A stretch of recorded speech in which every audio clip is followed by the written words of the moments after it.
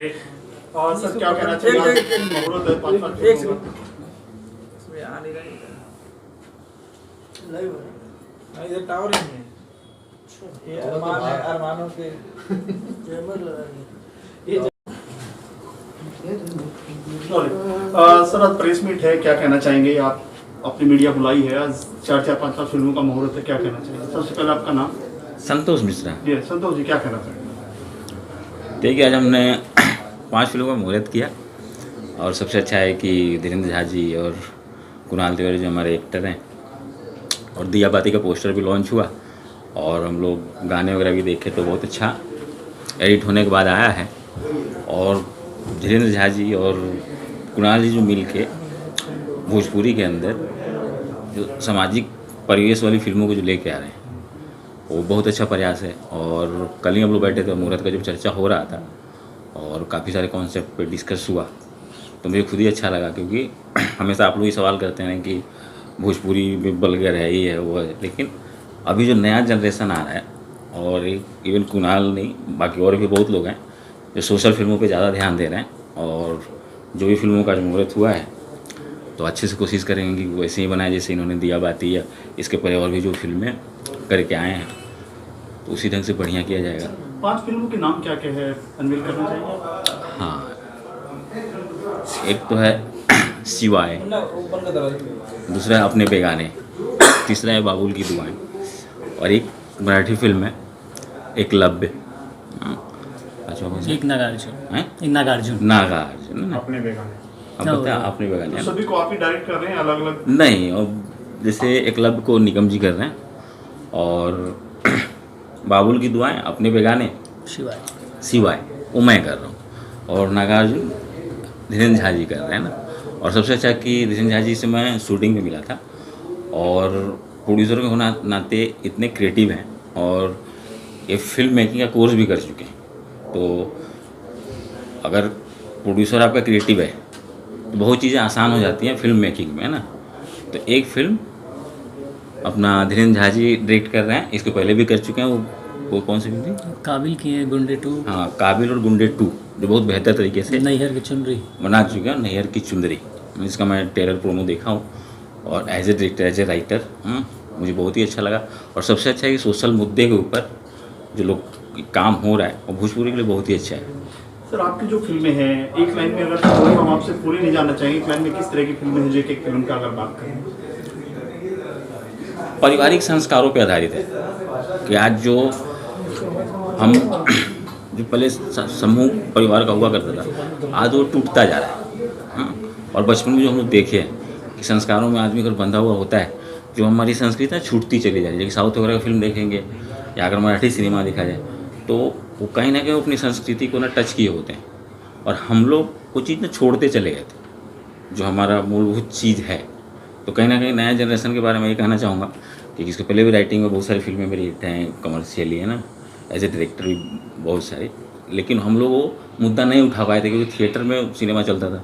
हम लोग ऑडियंस का एक मन में रखना पड़ता था, कमर्शियल चीज़ें ही देनी है, तो अचानक हटते नहीं थे। लेकिन अभी जो काम हो रहा है और ख़ासकर डिजिटल होने से तो बहुत ही सामाजिक तौर पे और संस्कृति को लेकर जो काम हो रहा है बहुत ही बेहतर हो रहा है। संतोष जी, आपने इनको लॉन्च किया था कुणाल तिवारी जी को, उस वक्त से लेकर अभी तक कितना चेंजिंग आया है? और उसके बाद भी कई फिल्में किया इन्होंने, अभी लास्ट मूवी आपने किया इनके साथ शूट। हाँ, सबसे अच्छा चीज़ क्या है कुणाल के अंदर ना, एक जिद है।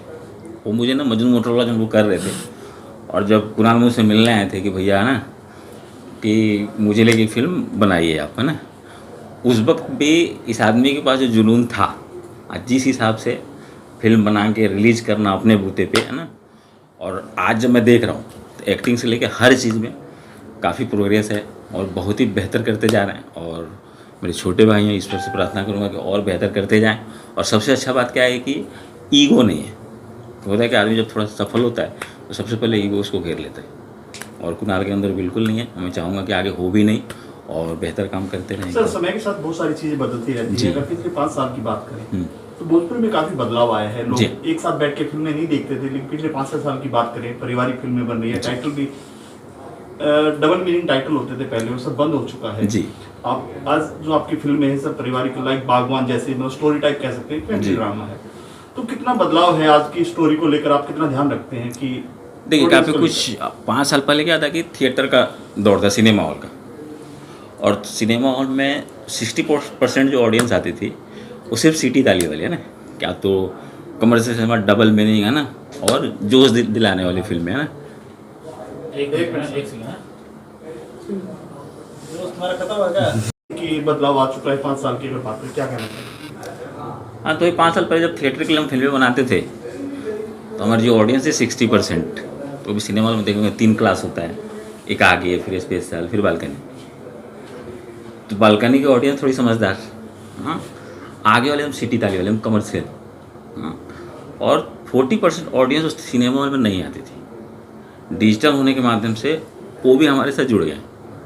तो बालकनी का 40% और ये 80% पे ना सोशल फिल्में अभी राज किचन करें। में भी फिल्में देखी हाँ। जाती हैं, मतलब घर जी। में देखी जाती हैं। और जो आगे की जो 20% ऑडियंस है जो हिट का तगमा वही लगाती है, हाँ, तो वो भी अगर आपका टोटलिटी में अच्छी फिल्म है, क्योंकि जितनी हिट फिल्म है भोजपुरी के अंदर आप देखेंगे साफ़ सुथरी और मैसेज वाली फिल्में ही हिट हुई हैं। कोई भी ऐसा डबल मीनिंग या बेकार टाइप का, क्योंकि ऑडियंस को ये जजमेंट है कि सिनेमा क्या है, वो बनाना नहीं जानते, पर उनको पता है कि सिनेमा ये होता है। वो भले अमिताभ बच्चन साहब का हो या निरहुआ को या कुणाल तिवारी जी का होगा ना।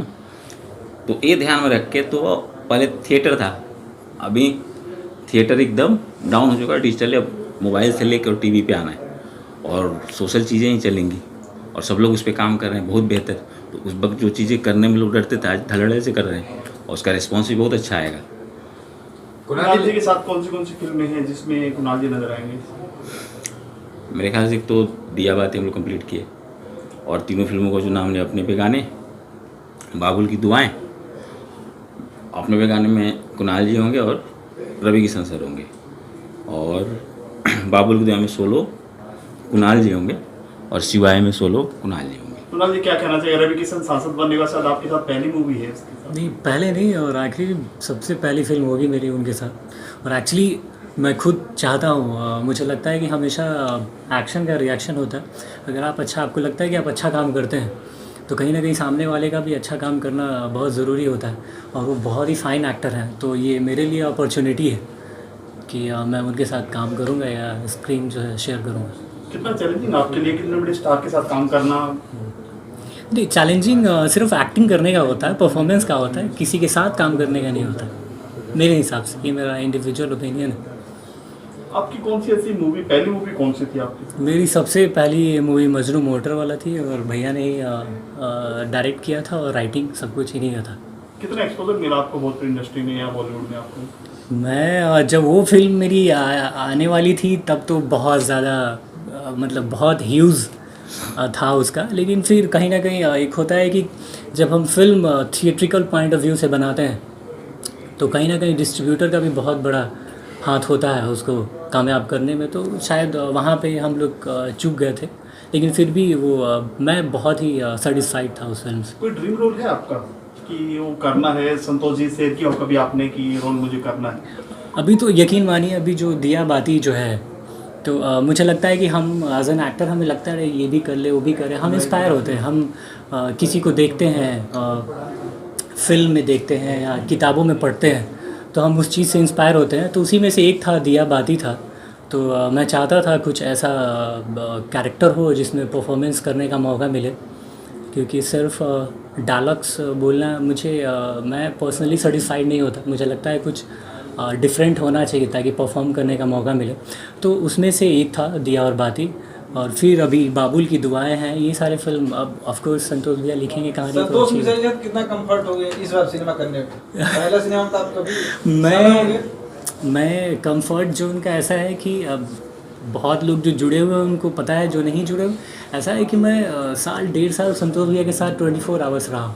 तो एक कहीं ना कहीं एक फैमिली वाला है, और कितना बड़ा नाम है। बड़ा डायरेक्टर है प्रियंका चोपड़ा जी की फिल्म एज ए डायरेक्टर। हाँ, मैं निरहुआ के अलावा काफी फिल्में। हाँ बिल्कुल, आपने अभी वही मैं बोला था, आपने इंटरप्ट कर दिया। जब मेरी पहली फिल्म बन रही थी मजनू मोटर वाला, तब भोजपुरी इंडस्ट्री के जितने सोकल्ड बड़े बड़े प्रोड्यूसर थे वो भैया को हमेशा मना करते थे कि तुम इनके साथ काम करते हो, हाँ तुम बोलोगे कोई आ जाएगा, क्या ज़रूरत है नए लड़के के साथ फिल्म बनाने की।